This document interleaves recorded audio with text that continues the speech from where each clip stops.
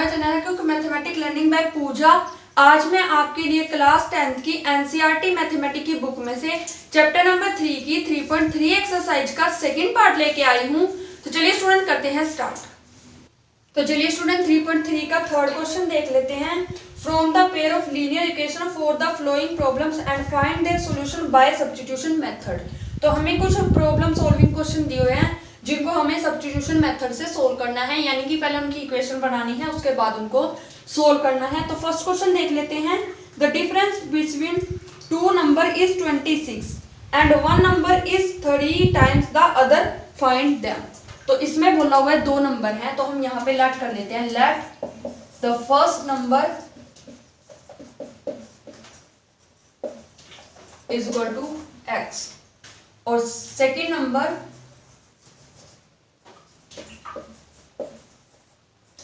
Is equal to y according to question. अब हम दोबारा से क्वेश्चन को रीड करते हैं। Find the difference the difference between two number is 26। दोनों का डिफरेंस जो है वो कितना है, 26। तो ये बन जाती है हमारी फर्स्ट इक्वेशन। आगे बोला है one number is 3 times the other. अगर एक नंबर, ये वाला नंबर 3 टाइम्स है इसका, तो ये नंबर कितना होगा, तो यानी कि x is equal to 3y इसकी सेकंड इक्वेशन बनेगी, क्योंकि ये नंबर तो ऑलरेडी 3 टाइम्स है, तो ये वाला भी 3 टाइम्स करना पड़ेगा, तब भी दोनों इक्वल होंगे। तो यहाँ पे हमारी ये इक्वेशन हमारी सेकंड इक्वेशन बन जाती है, या फिर सेकंड इक्वेशन बन जाती है। उसके बाद हमें इसको सोल्व करना है। तो यहाँ पे अगर हम देखें तो हमारे पास x की वैल्यू तो ऑलरेडी दी हुई है 3y, तो सिर्फ हमें x की वैल्यू, अब हमें थर्ड इक्वेशन निकालने की जरूरत नहीं है, क्योंकि हमारे पास थर्ड इक्वेशन में क्या करते थे, हम x की वैल्यू निकालते थे y की फॉर्म में, जो कि ऑलरेडी निकली हुई है। तो हम यहाँ से लेंगे equation from equation first equation क्या है, x minus y is equal to 26। x की वैल्यू हमारे पास ऑलरेडी है 3y, तो x की जगह यहाँ रख देंगे 3y minus y is equal to 26। 3y minus y ये आ जाएगा हमारे पास 2y इज इक्वल टू 26। ये 2 उधर जाके हो जाएगा डिवाइड, यहाँ पे 26/2 कट करते हैं तो ये आ जाता है 30। तो y की वैल्यू आ जाती है 30। उसका ये y की वैल्यू हम सेकेंड इक्वेशन में पुट कर देंगे। तो यहाँ पे लिख देते हैं put the value of y in equation second में पुट करते हैं। यहाँ पे x is equal to 3y, तो y की वैल्यू है 13 3 हो जाते हैं 39। तो यहाँ पे x की वैल्यू आ चुकी है 39 और y की वैल्यू आई थी 13, जो कि हमारे पास यहाँ पे लिखे ना, so that the first number हमने क्या लिया था, x हमारे पास क्या आया है 39। द सेकेंड नंबर हमने क्या लिया था y, और y की वैल्यू हमारे पास आई है 30। तो ये दोनों नंबर हमारे पास आ चुके हैं। तो ये दोनों पॉइंट ही हमें निकालने के लिए बोले गए थे। तो इस तरीके से आपका क्वेश्चन हो जाता है। तो चलिए स्टूडेंट देख लेते हैं नेक्स्ट क्वेश्चन। तो चलिए स्टूडेंट थर्ड क्वेश्चन का सेकंड पार्ट देख लेते हैं। The larger of two supplementary angle exceed the smaller by 18 degree, find them. इसने बोला है सप्लीमेंट्री एंगल। सप्लीमेंट्री एंगल हमें पता है 180 के होते हैं। तो सबसे पहले तो दो एंगल ही लेट कर लेते हैं। Let the first angle is equal to x degree, second angle is equal to y degree according to question. इसने बोला है the larger of two supplementary angle exceed.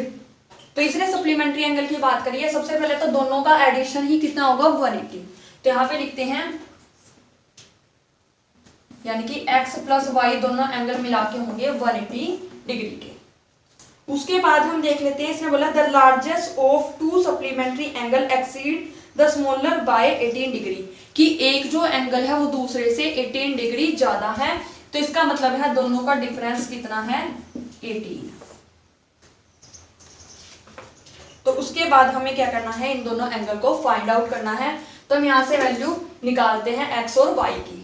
देखिए इसमें क्या करते हैं, हम करते हैं फ्रॉम इक्वेशन फर्स्ट। ये हमारे पास फर्स्ट इक्वेशन है, ये हमारे पास सेकेंड इक्वेशन है।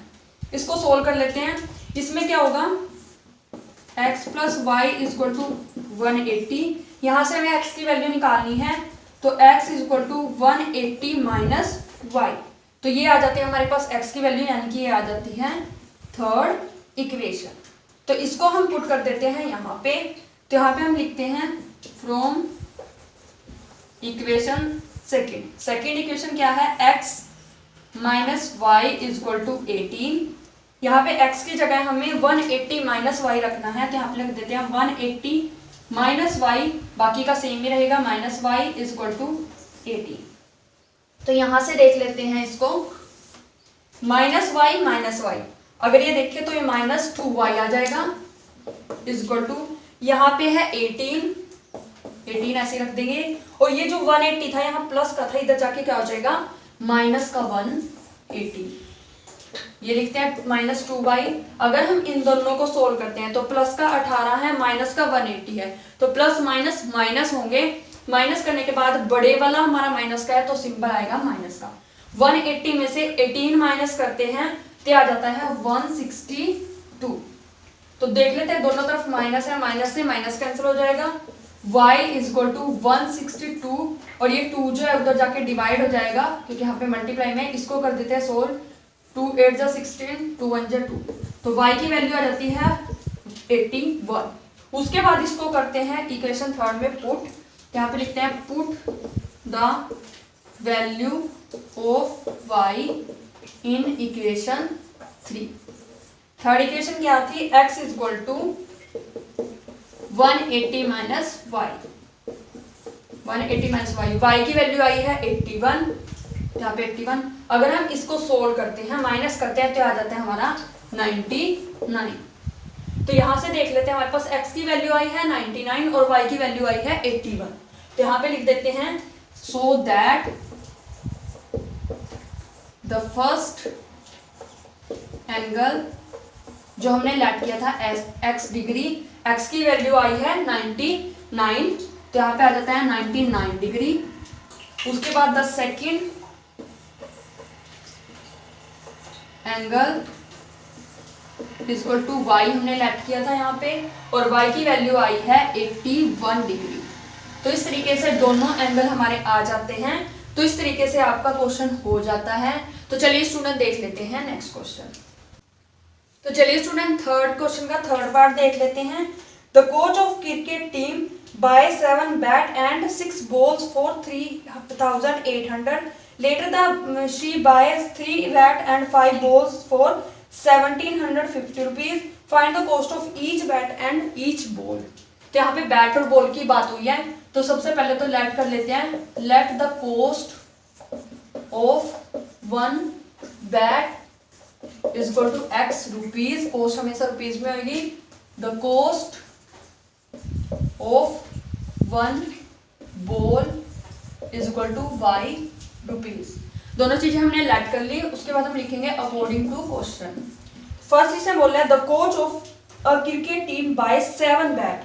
1 बैट x रुपीज का है, तो 7 बैट 7x के होंगे, प्लस 6 बॉल तो 6y, दोनों को मिला के कितने के आए हैं 3800 रुपीज के।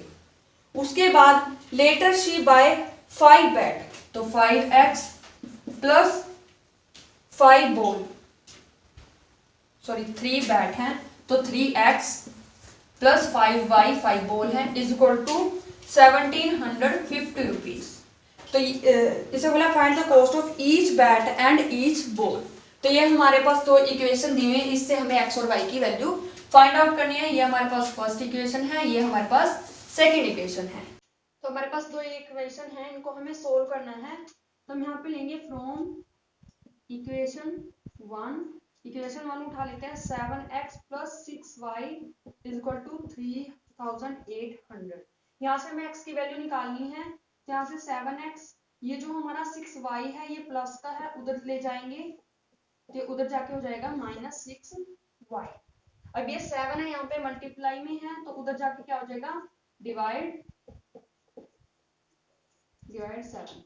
तो ये आ जाती है हमारी थर्ड इक्वेशन।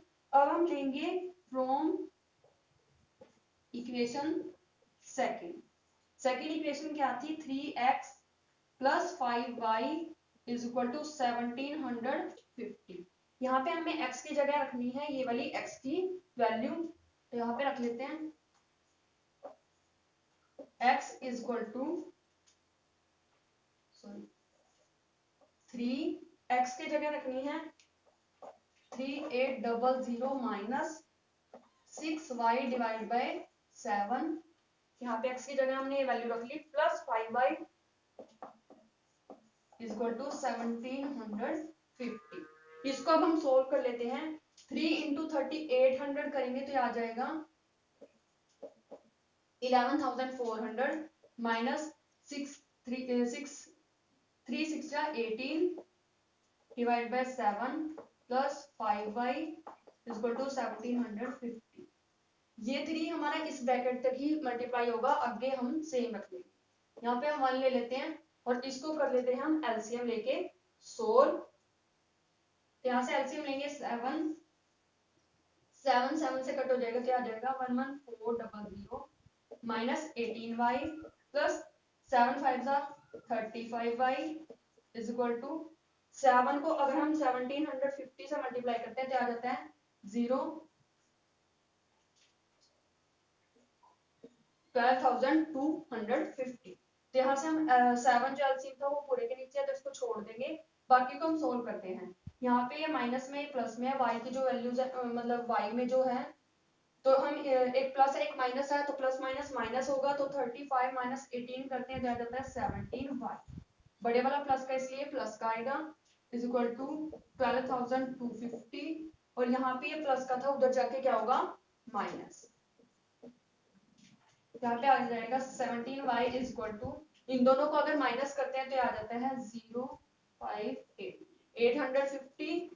ये 17 यहाँ पे मल्टीप्लाई में है, उधर जाके क्या हो जाएगा डिवाइड, तो 850 डिवाइड बाय 17 5 85 0, तो y की वैल्यू आ जाती है 50। तो इस y की वैल्यू हम थर्ड इक्वेशन में पुट कर देंगे, यहाँ पे लिखेंगे put the value of y in equation 3। Third equation क्या थी, x is equal to 3800 minus 6y divide by 7। यहाँ पे आ जाएगा 3800 माइनस 6y, y की जगह हमें वैल्यू पुट करनी है 50 डिवाइड बाय 7।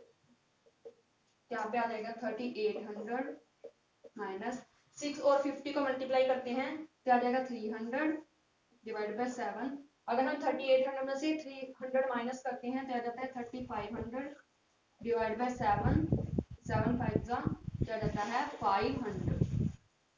तो यहाँ पे हमने क्या दिया था, अब ले लेते हैं so that the cost of one bat की कॉस्ट हमने लैट करी थी x और x की वैल्यू आई है 500, क्या जाता है 500 रुपीज, यानी कि हमारे पास बैट की कॉस्ट आ जाती है ये वाली 500 और the cost of one ball वो हमने y लैट करी थी तो y की कॉस्ट हमारी आई है 50 रुपीज, यानी कि एक बैट जो है वो आएगा 500 का और एक बॉल जो आएगी वो आएगी 50 रुपीज की। तो इस तरीके से आपका क्वेश्चन हो जाता है। तो इस वीडियो में इतना ही, बाकी के क्वेश्चन हम नेक्स्ट पार्ट में करेंगे। तो हमारी सभी वीडियोस को ध्यान से देखिए, उन्हें लाइक कीजिए, शेयर कीजिए और हमें कमेंट करके बताइए कि आपको हमारी वीडियोस कैसी लगी। साथ ही हमारे चैनल को सब्सक्राइब कीजिए और बेल आइकन को प्रेस जरूर कीजिए ताकि आने वाली वीडियोस की नोटिफिकेशन आप तक सबसे पहले पहुंचती रहे। Thank you guys.